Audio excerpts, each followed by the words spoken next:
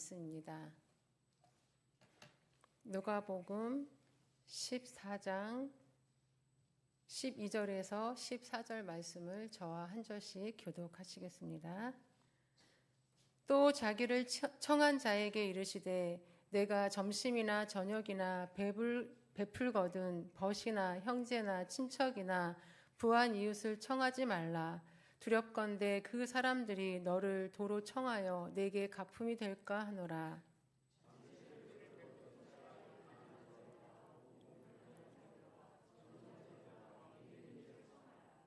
함께 읽겠습니다. 그리하면 그들이 갚을 것이 없으므로 내게 복이 되리니 그들이 하시더라. 아멘. 미국에는 파티 문화가 굉장히 활발한데요. 그 가운데 아이들이 가장 좋아하는 파티는 생일 파티입니다. 미국의 아이들은 생일 파티를 할 때 보통 주제나 컨셉을 하나로 잡아서 시작을 한다고 합니다. 예를 들어서 주제가 운동 중에 축구일 경우에는 케이크도 축구공 모양으로 하고 또 식탁보나 접시, 컵, 그리고 냅킨이나 장식품까지 모두 축구와 관련된 것으로 꾸미는 것입니다. 특히 초대한 사람이 신경을 많이 쓰는 것은 식사를 마치고 후에 아이들과 함께 놀 수 있는 놀이라고 합니다. 축구를 주제로 했다면 식사를 마치고 친구들과 함께 나가서 축구를 할 수 있도록 미리 준비를 해놓는 것입니다. 그런데 인기가 있는 미국의 생일 파티를 모방한 것처럼 우리 초등학생들 간에서도 생일 파티 문화가 활발하게 행해지고 있습니다. 친한 친구나 또 친하게 지내고 싶은 친구를 선별해서 초대를 하고 또 파티를 엽니다. 초대된 친구들은 선물을 준비하고 또 초대한 친구는 식사와 또 식사 후에 놀거리까지 계획을 해서 반나절 이상을 친구들과 함께 먹고 또 놀면서 함께 보내다가 헤어집니다. 그런데 인기가 있는 친구는 여기저기 생일 파티에 초대되어서 다니는데 인기가 없는 친구는 파티에 초대받지를 못해서 서운해하거나 또 울기도 합니다. 그래서 어떤 경우에는 학부모들끼리 또 서로 연락을 해서 서로 초대해주고 또 초대를 받고 해서 함께 어울릴 수 있도록 부모들이 신경을 써주기도 합니다. 유대인들도 이 파티 문화, 성경에 나와 있는 말로는 잔치 문화가 많이 발달이 되어 있었습니다. 유대인의 3대 절기인 유월절과 칠칠절 그리고 초막절은 정말 축제와 같은 그러한 큰 명절로 지냈었고 또 늦은 점심이나 저녁 식사를 초대하는 잔치가 있었고 또 특히 결혼잔치는 성경에 가장 많이 나오는 잔치입니다. 개인적으로 좋은 일이 있어서 여는 잔치는 손님을 초대하는데요. 손님을 초대할 때는 한 사람에게 2번을 초청을 합니다. 첫 번째 초대는 미리 날짜와 시간을 알려주고 참석을 할 수 있는지 여부를 들으면서 확인을 하면서 초청을 합니다.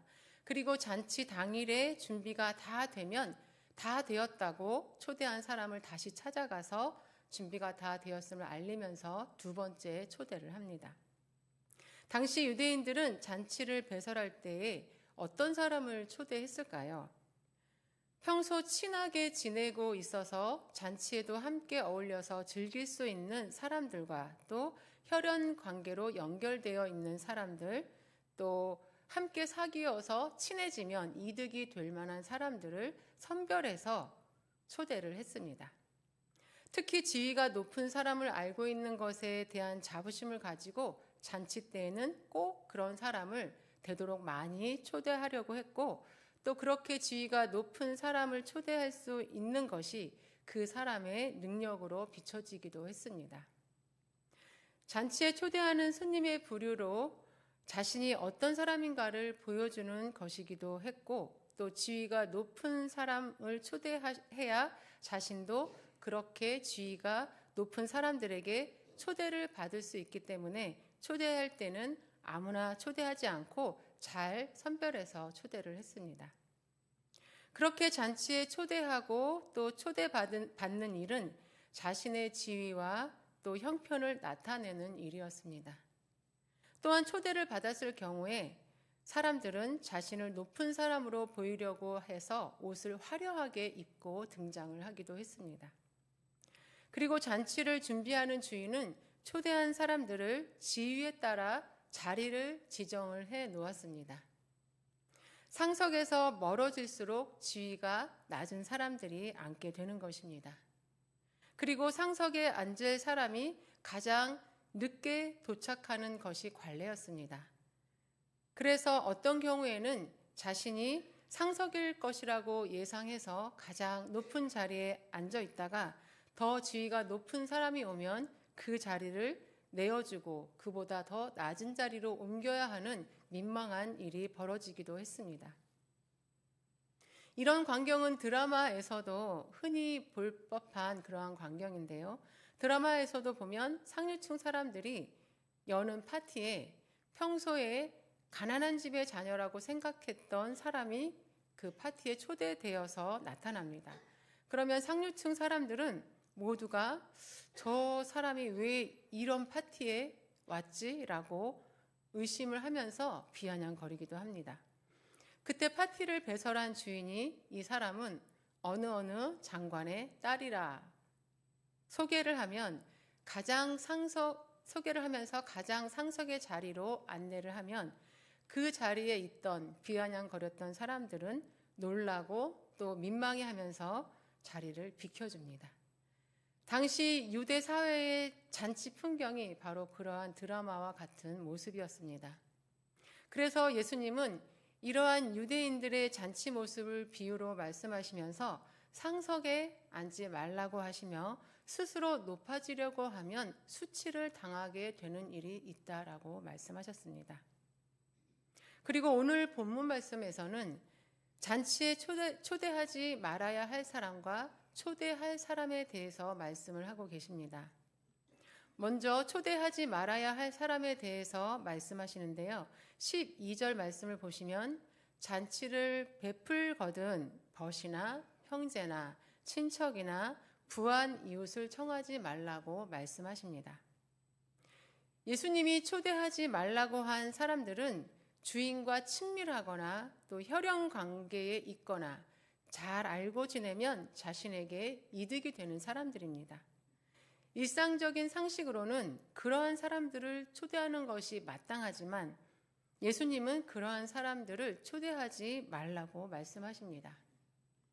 그리고 그 이유를 12절 말씀을 계속 보시면 그 사람들이 너를 도로 청하여 내게 가품이 되기 때문이다라고 말씀을 하십니다. 나와 친밀하거나 또 혈연으로 연결되어 있는 형제나 친척은 또 부유한 사람들은 분명 자신을 도로 초대해 줄 수 있는 사람들이고 또 도움을 줄 수 있는 사람들입니다. 사실 그것 때문에 사람들을 선택해서 또 선별해서 초대하는 것인데 예수님은 그런 사람들은 나에게 보상을 해줄 수 있는 사람들이기 때문에 초대하지 말라고 말씀하십니다. 그러시면서 초대를 하려면 13절 말씀을 보시면 가난한 자들과 몸 불편한 자들과 저는 자들과 또 맹인들을 초대하라고 말씀하십니다. 가난한 자들은 어떤 사람들인가요? 본래 이스라엘 백성은 가나안 땅에 정책할 때에 지파별로 분깃을 토지로 분배를 다 받았습니다. 그래서 유대인들은 원래부터 가난했던 사람은 없었습니다. 그래서 유대인들 사이에 부자는 오히려 공동체의 균형을 깨트리는 위협적인 존재였습니다. 부를 축적하려면 무역을 하거나 또 세금을 징수하거나 아니면 높은 이자를 받고 돈을 빌려주는 일 등을 해야 부자가 되었습니다. 그래서 부자 가운데는 불의한 방식으로 돈을 모은 사람이 많았고 또 부자라 하면 불의한 자라는 인식이 있었습니다. 성경에도 부자에 대한 부정적인 말씀이 많이 나오고 또 예수님의 불의한 부자에 대한 비유도 그러한 배경이 있기 때문입니다. 반면에 유대인 가운데 가난한 사람은 배우자가 죽었거나 또 어떤 사건, 사고로 인해서 그 분배받은 분깃을 유지하지 못하는 곤경에 처했거나 또 어려움을 겪은 사람입니다. 그리고 그 가운데 그리고 그 가문에 도움을 주어서 일으켜 세울 만한 사람, 기업물을 자라고 하죠. 그러한 친척도 없는 사람이었습니다. 이렇게 예수님 당시 가난한 사람들은 경제적으로만 어려운 것이 아니라 큰 사건과 사고 그리고 공경에 처해서 많은 일들을 겪은 아픔이 있는 사람들이었습니다.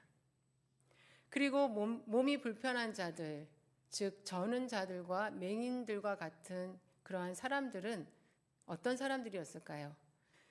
유대인들에게 장애인들 또 불치병에 걸린 사람들, 예기치 않은 사고를 당하는 사람들은 하나님께 죄를 지어서 벌을 받는 것이라고 생각을 했습니다. 서기관들과 바리새인들이 그렇게 가르쳤고 또 종교 지도자들은 고난을 당한 사람들이 어떤 죄 때문에 이러한 고난을 겪게 되었는지를 판별해 주기도 했습니다. 그래서 몸이 불편하고 저는 사람, 맹인과 같은 사람들은 자신의 생계를 해결할 수 없을 뿐만 아니라 벌받은 죄인 취급을 받고 또 사람들 앞에서 떳떳하지 못했습니다. 가난하고 또 몸이 불편한 사람들은 경제적으로 어렵고 마음의 상처도 많았고 사람들에게 죄인 취급을 받거나 소외를 당하는 사람들이었습니다. 그런데 예수님은 그런 사람들을 파티에, 잔치에 초대하라고 말씀하셨습니다. 그 이유에 대해서 14절 말씀을 보시면 그들이 갚을 것이 없으므로 내게 복이 될 것이라 라고 말씀하셨습니다. 가난하고 몸이 불편한 사람들은 아무리 좋은 잔치에 초대되어서 맛있는 것을 먹고 연회를 즐기고 온다 해도 다시 잔치를 자신이 열어서 그 주인을 초대할 수도 없고 또 다른 것으로 갚을 수 있는 능력도 없습니다. 그런데 그것이 나에게 복이 된다는 말씀입니다. 왜 복이 될까요? 14절 말씀을 계속 보시면 의인들의 부활 시에 내가 갚음을 받기 때문이다 라고 말씀하십니다. 의인들의 부활 시는 죽은 자와 산 자가 모두 하나님의 심판대 앞에 서는 마지막 때입니다. 그때 하나님께서 갚아주신다는 말씀입니다. 마지막 때에는 의인들뿐만 아니라 악인들도 함께 부활하지만 여기서 의인들의 부활만 말씀하신 이유는 가난하고 몸이 불편하고 소외된 사람들에게 관심을 갖는 사람들만이 의인으로 인정받게 될 것을 말씀하시려는 의도가 있는 것입니다. 그리고 더불어서 그런 사람들에게는 부활 시에 하나님의 보상이 있을 것을 말씀해 주고 계십니다. 심판날에 의인의 선행을 갚아주실 분은 오직 하나님이시며 이 땅에서 사람들에게 이미 보상을 받은 자들은 마지막 날에 하나님으로부터 받을 것이 없으나 보상을 받지 않는 자들은 하나님으로부터 주어지는 영광의 면류관이 예비되어 있다는 말씀입니다. 예수님께서 이 잔치 초대의 비유를 통해서 우리에게 말씀하시려는 핵심은 갚을 것이 없는 가난하고 몸이 불편하고 소외된 사람에게 관심을 갖고 섬기라는 말씀입니다. 그리고 그것이 우리에게 복이 된다는 말씀입니다. 당시 이스라엘 백성들 간의 잔치는 사람을 가리고 차별하는 것이 마치 관습처럼 행해지고 있었습니다. 주인은 자기가 베푼 것이 되돌아오기를 기대하며 사람을 선별하여 초대했고 되갚을 수 없는 사람들은 초대 명단에서 아예 제외가 되었습니다. 그러니 손님 명단은 자신의 초대에 응하고 또 나중에 보답할 수 있는 사람들로만 채워졌습니다. 초대를 받은 사람은 그 잔치에 가서 관대한 대접을 받습니다. 하지만 그러한 주인의 호의는 결국 초대받은 사람에게 부담을 주는 것이 되고 그 부담은 또 꼭 갚아야 할 것이 되어버렸습니다. 그래서 초대받은 사람은 주인에게 꼭 갚아야 하는 빚이 생기는 것이기도 했습니다. 사람과의 관계에서 좋은 관계를 유지하려면 서로에게 부담을 주지 않는 것이 좋습니다. 저도 동네에서 자주 보는 친한 동생이 있는데 어느 날 서로 생일을 챙겨주기로 했었습니다. 그래서 제가 챙겨준 만큼 그 동생도 챙겨주려고 했고 또 그 동생이 해준 만큼 저도 좀이라도 더 해주려고 했습니다. 그러다 보니 서로에게 점점 부담이 되었습니다. 둘밖에 없는데 계속 그걸 주고받고 하니 그렇게 좋은 일이 아니라는 생각이 들었습니다. 그리고 또 깜빡 잊고 지나간 적이 있었는데 그때에는 너무 미안해서 정말 뭐라고 말을 할 수가 없는 경우가 생기기도 했습니다. 그래서 우리 그냥 오래 보려면 생일 같은 거 챙기지 말자 합의를 하고 챙기지 않고 있는데 오래된 사이인데도 생일도 안 챙긴다는 그러한 서운함은 전혀 없고 서로 편하게 지내고 있습니다.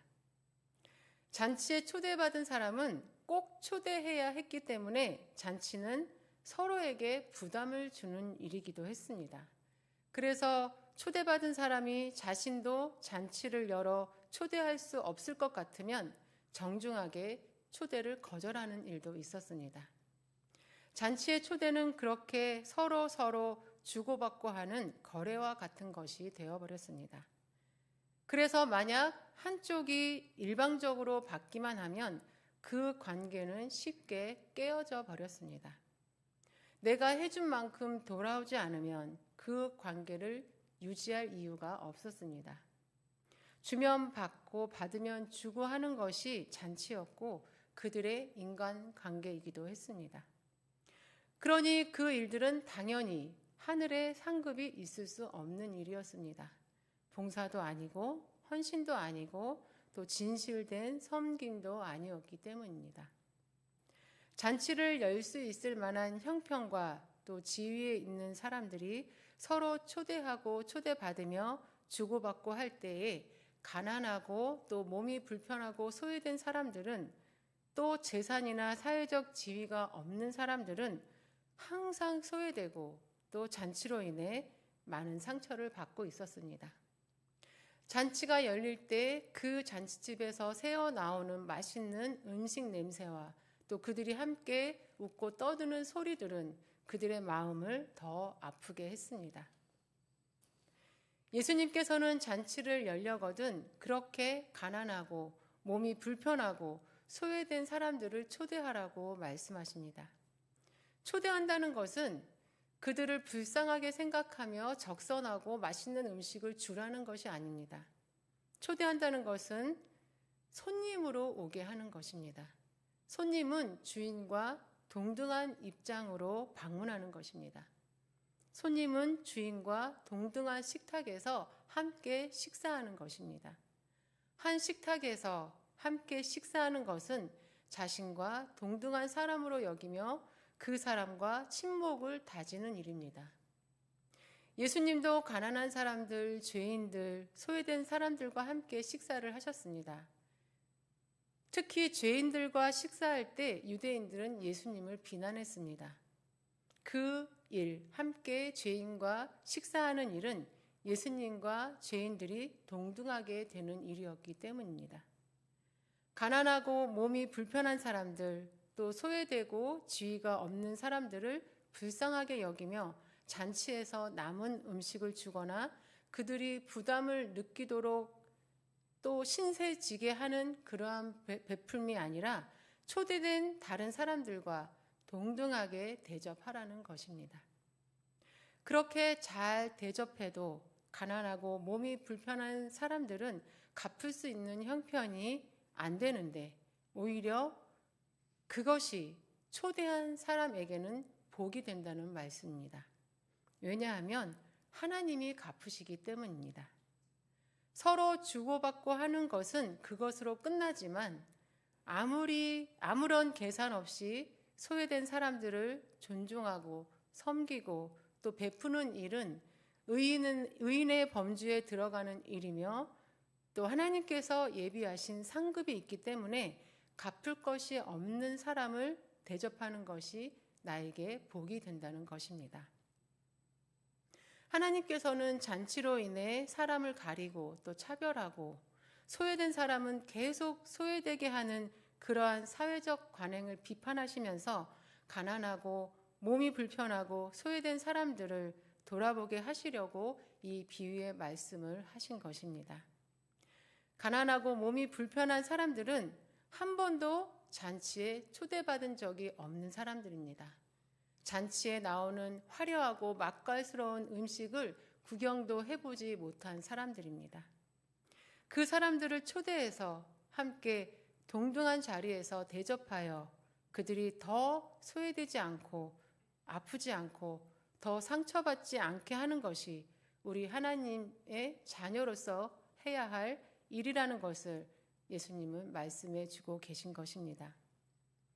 또한 하나님은 그러한 일들을 다 기억하시고 갚아주신다고 말씀하십니다. 하늘에 상급이 있다고 말씀하십니다.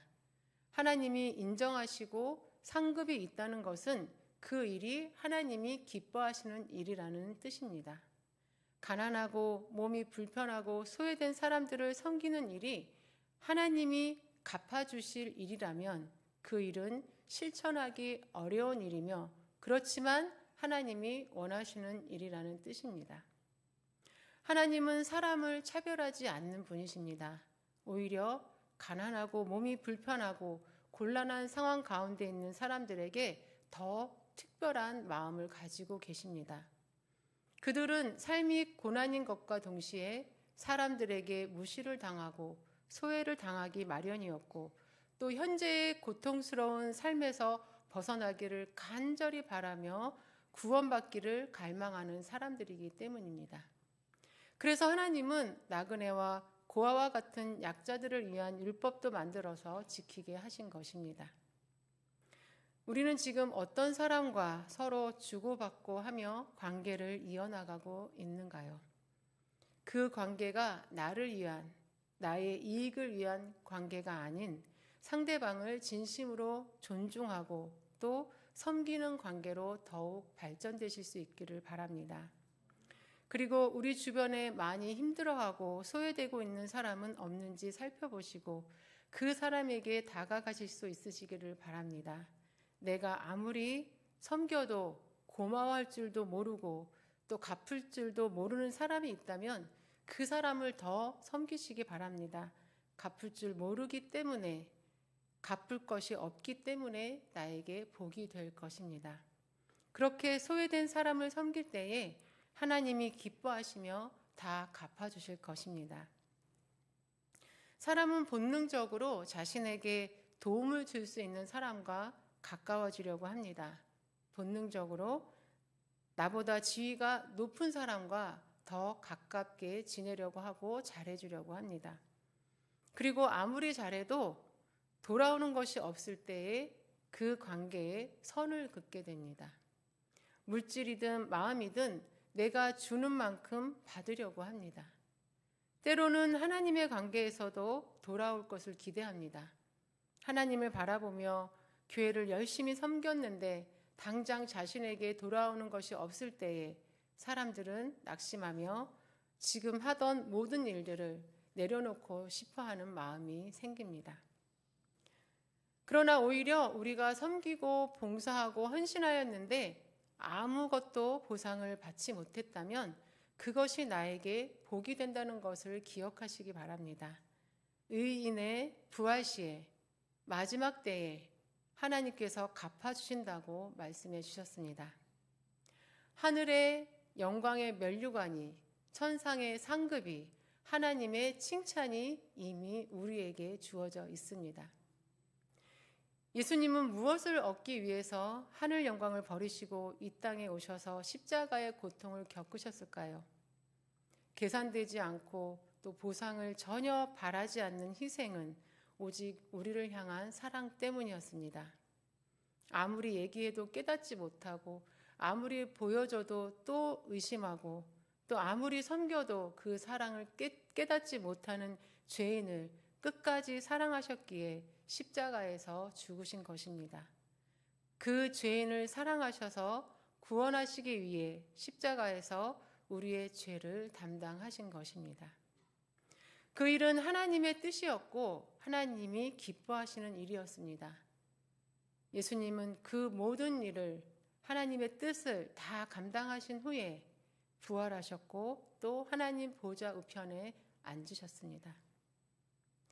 사순절 셋째 주 주간을 보내시면서 우리가 하는 섬김은 어떠한 섬김인가 돌아보실 수 있기를 바랍니다. 내가 섬기고 있는 것을 알아주지 않아도, 내가 힘들게 헌신해도 나에게 돌아오는 것이 없어도 변함없이 진실하게 섬김을 실천하는 저와 여러분이 되시기를 바랍니다. 무엇보다도 누구보다도 가난하고 몸이 불편하고 소외된 사람들을 즐거이 섬기시고 또 섬기실 때에 나보다 못한 사람을 돕는다는 마음이 아닌 동등한 입장에서 존중하는 마음으로 진실되게 섬기시기 바랍니다. 그렇게 하실 때에 하나님께서 다 갚아주실 것입니다. 그리고 그 진실한 섬김이 하늘에서 해와 같이 빛나게 될 것입니다. 함께 기도 드리시겠습니다.